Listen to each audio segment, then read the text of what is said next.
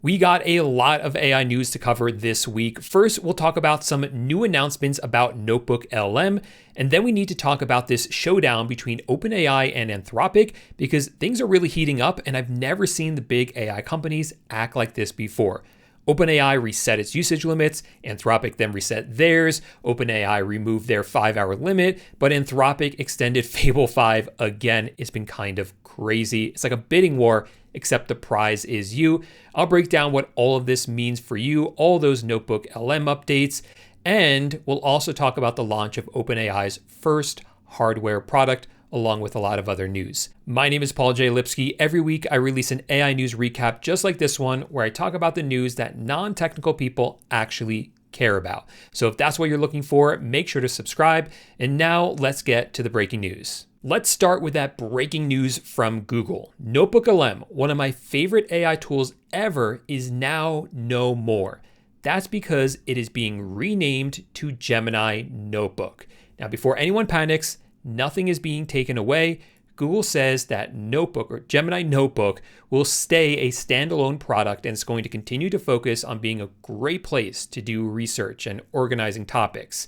This is just a rebrand that pulls NotebookLM deeper into the Gemini ecosystem.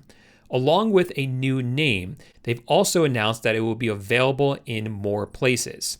So right now, of course, it is accessible inside of Gemini directly, but it's also going to be pulled into Google Search when you use AI mode. So that should be coming soon. Also, about a month ago, Google gave AI Ultra subscribers a serious upgrade to NotebookLM. My account, because I have an Ultra account, now has access to Gemini 3.5 and anti-gravity plus a cloud computer so it can write code in the background on your sources. What that means is that it's unlocked newer capabilities. So it can output PDFs, it can output Excel files, PowerPoints, PNG images, and I can start all of that directly inside the chat. It's a much more agentic Gemini Notebook. The catch though was that this required an Ultra subscription, which most people aren't using. Well, they've also said that that will be rolling out to all pro users on the web over the coming weeks. And the team has also said that they are adding folders to Notebook very soon, which is probably the #1 request from users as to what they want to see added. That way you'll be able to organize all of your different notebooks. In the meantime, there were 2 smaller updates to Notebook that you may have missed. So first, when you come to all your notebooks and you click on these 3 dots, you can pin any of them to the top to easily be able to come back to them. I don't think everyone knows about that. And when you open up any notebook, if you have any sources that are inside a Google Drive, like a Google Doc here, those will automatically stay in sync. That wasn't the case in the past, but now they've added that auto sync. I think this rebrand makes a lot of sense. Google has been folding everything into the Gemini brand for a while now, and Notebook being one of their top AI products and something that stopped being a little research experiment a long time ago, it makes sense to get this new branding. And I'm actually pretty proud of the team for everything that they've done. If you don't know this already, NotebookLM was originally called Project Tailwind. That's when it was just an idea that a few Googlers had, just kind of throwing this together. It didn't really have any serious legs to it at the time, but very soon they saw that this was a real product that they could have. So they started to brainstorm an actual name for it. They bounced around a whole bunch of ideas, and some of them wanted to call it Google Notebook, but they realized it was way too early for that to give it such like a dedicated name like that, like Google Maps or Google Keep, right? So it was way too early to give it that name, Google Notebook. So they just changed it a little bit to NotebookLM. And now it kind of feels like it's graduating and they're finally getting the name that they deserve, Gemini Notebook. I'll probably still call it NotebookLM by accident quite a bit. And so I think like going forward, I might just call it Notebook just to kind of make it easier because it applies to both the old name and the new name. Or I'll try to remember to call it Gemini Notebook. It doesn't really matter. What matters is that the tool keeps getting better and pro users are about to get the best version of it yet. Next, we need to talk about this hardware product that OpenAI released this week.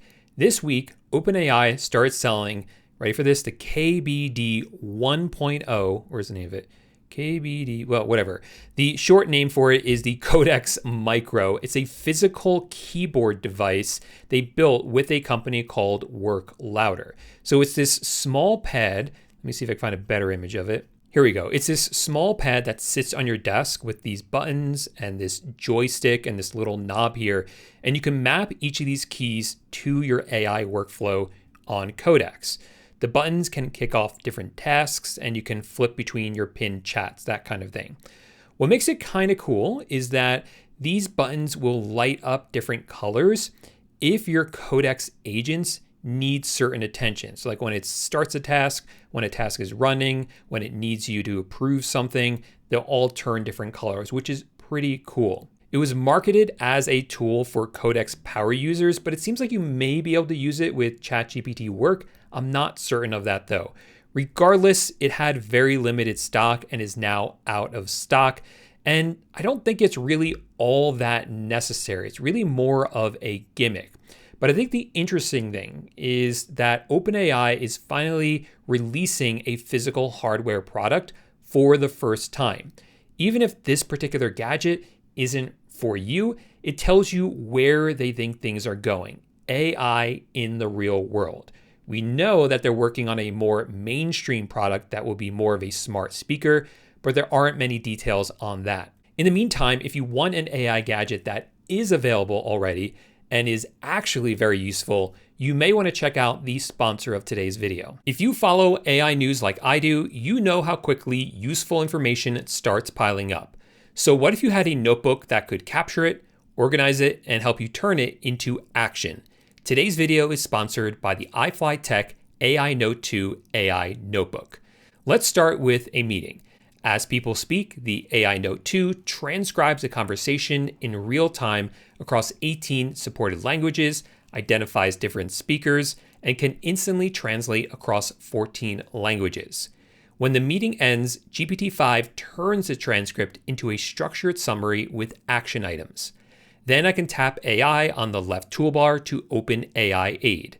It lets me ask questions based entirely on my saved meetings and notes and can help schedule the next steps on my calendar. All of this inside a device that's just 4.2 millimeters thin and 295 grams. It's Guinness World Record certified as the world's thinnest e-ink tablet with a crisp 300 ppi display that's easy on the eyes. It also comes with a stylus that feels impressively close to paper, so it's great for notes, sketches, or marking up documents. I can even turn my handwriting into clean digital text. For anyone following fast-moving AI news or handling daily office work, it's a practical way to capture information, stay organized, and get more done. And because it runs Android 14 with Google Play, I can add apps and use it as an e-reader. If you want a paper-like AI notebook with genuinely useful productivity features, check out the iFLYTEK AINOTE 2 using the link in the description. And now back to the news.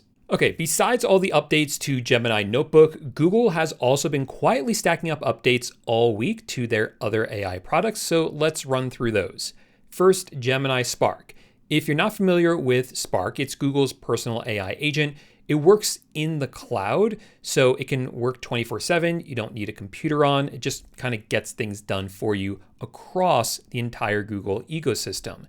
It rolled out for AI Ultra subscribers a few months ago. I've had access to it, and now it's rolling out in more countries, again, only for Ultra subscribers. They've also added additional capabilities. Spark can open and edit Google Docs now. It can read comments in Google Sheets and Slides, and it is 50% faster. And the most exciting news is that it should be coming for Pro members very soon. Next, there has been an update to personal intelligence. If you're not familiar with personal intelligence, come into your Gemini account, click on the bottom where it says settings, and click on personal intelligence. Inside of here, you'll see your connected apps. And so what personal intelligence does is it connects the entire Google ecosystem for you. It pulls in your Gmail, your Docs, your Google Keep, Google Drive, Tasks, Calendar, YouTube, Google Photos, search services, all of that, and connects it all with Gemini. So when you're chatting with Gemini, it's going to be able to pull from all of those sources. But now it's also going to be available inside of AI mode on Google Search. This will allow you to add invites or other meetings to your calendar directly from AI mode, and you'll get more tailored responses that work with your existing plans. It's kind of this little quality of life update, but exactly the kind of thing you would expect out of this entire Google ecosystem when you want it all just to kind of work together seamlessly. Here's another update. A lot of you may be familiar with Gemini in Chrome. That's over here on the right. If you have access to it, you can click on this and talk to Gemini in here and ask it questions about the tabs that you have open. That is now rolling out in the UK. So you'll be able to use that to summarize, to compare, or to answer questions about what you're looking at. For any of you that use Google AI Studio, I have some great news for you. Now, whenever you create an app inside of Google AI Studio, up here on the top right, you can click on Publish. Now, in the past, when you did this, you just kind of got this generic URL. But now you can actually choose a URL. So here is the URL that they gave me. It's productdescriptiongenerator.ai studio. But I can call this one like pauljlipsky.ai studio. And now I've just claimed that. That is now mine. So if you go to that, you'll get access to this product description thing that I put together. But I'm actually going to turn that off because I don't want you guys using all of my API credits. But the point is, instead of sharing some long, messy link to your app, you can have a clean, memorable AI Studio address. So if you're building anything with Google AI Studio, definitely check this out and grab your own custom domain. And I also have a little bit of bad news. The rumor was that today, the day this video is going live, Google Gemini 3.5 Pro was supposed to be released, but now it seems like it has been delayed. So hopefully we'll get it next week or the week after. Certainly when it does drop, you know that I'm going to be covering it inside my weekly AI news recap. So if you want all the details about it when it does drop, make sure you're subscribed. All right, now let's get to the drama, the battle between ChatGPT and Claude. Quick recap where we are at currently. Anthropic sort of recently released their most powerful publicly available model ever, Fable 5. Now, we were only supposed to have access to this on our subscriptions until July 7th. That was then moved to July 12th, and it has been extended again to July 19th. So we have a few more days, although at this rate, there's rumors that they're trying to get it onto our subscription permanently. Why? Well, likely because OpenAI released GPT 5.6 last week, and it's really good. Maybe not as powerful as Fable 5, but more than capable for most of the things that we need to use it for. And it is available in our subscriptions and will continue to become available. And OpenAI is fighting hard. This past week, they got rid of their 5-hour usage limits. So if you come into the ChatGPT desktop app, like if you're using ChatGPT Work or Codex, down here, you can see your usage remaining. There used to be a 5-hour limit here. That is gone, and they've taken it away temporarily, but it's been gone all week now, which means that we can use it more. In addition to that, even though we have a weekly limit, they keep resetting it. So it almost feels like I have unlimited access to GPT 5.6. Not to be outdone though, Anthropic has done the same thing with Claude once or twice. And they even did it on the same day that OpenAI did it a few days back. So that's why people online are calling this the token wars. Both companies right now are giving away so much compute, more usage than ever at prices that definitely aren't sustainable. I mean, check this chart out right here.